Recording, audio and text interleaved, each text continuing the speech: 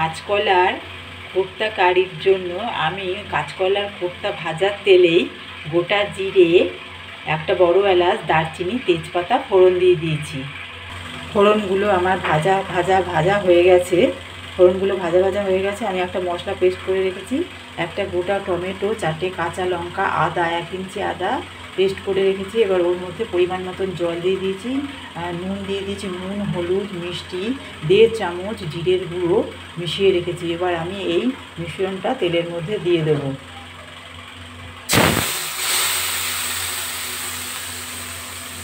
এই অবস্থায় আমি গ্যাসের ফ্লেমটা বাড়িয়ে দেব।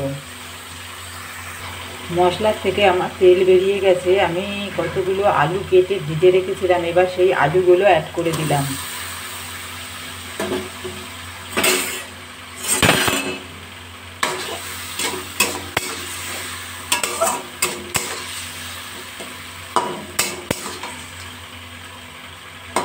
এবার একটু নাড়াচাড়া করে দিলাম।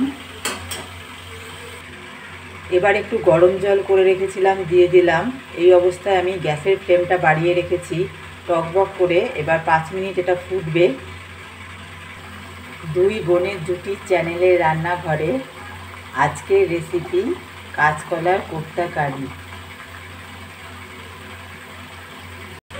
আলুগুলো আমার সিদ্ধ হয়ে গেছে। এবার গ্রেভির মধ্যে যেই কোপ্তাগুলো আমি ভিজে রেখেছিলাম সেই কোপ্তাগুলো আমি ছেড়ে দেবো। কোপ্তাগুলো দিয়ে আমি 1 মিনিট গ্যাসটা বাড়িয়ে এবার বন্ধ করে দেবো। কাঁচকলার কোপ্তা কারি আমার রেডি। 1 মিনিট টকবক করে ফুটছে। এবার আমি গ্যাসের ফ্লেমটা বন্ধ করে দেব। কাঁচকলার কোপ্তা কারির রেসিপি রেডি। কাঁচকলার কোপ্তা কারির রেসিপি রেডি। বন্ধুরা, বাড়িতে নিরামিষের দিনে এই রকম কাঁচকলার কোপ্তা কারি তোমরা বানিয়ে ফেলতেই পারো, দেখবে খুব ভালো লাগবে খেতে। যদি তোমাদের আমাদের এই রান্নাটা ভালো লেগে থাকে তাহলে দুই বোনের জুটির চ্যানেলটিকে অনেক লাইক দেবে, শেয়ার করবে, সাবস্ক্রাইব করে দেবে।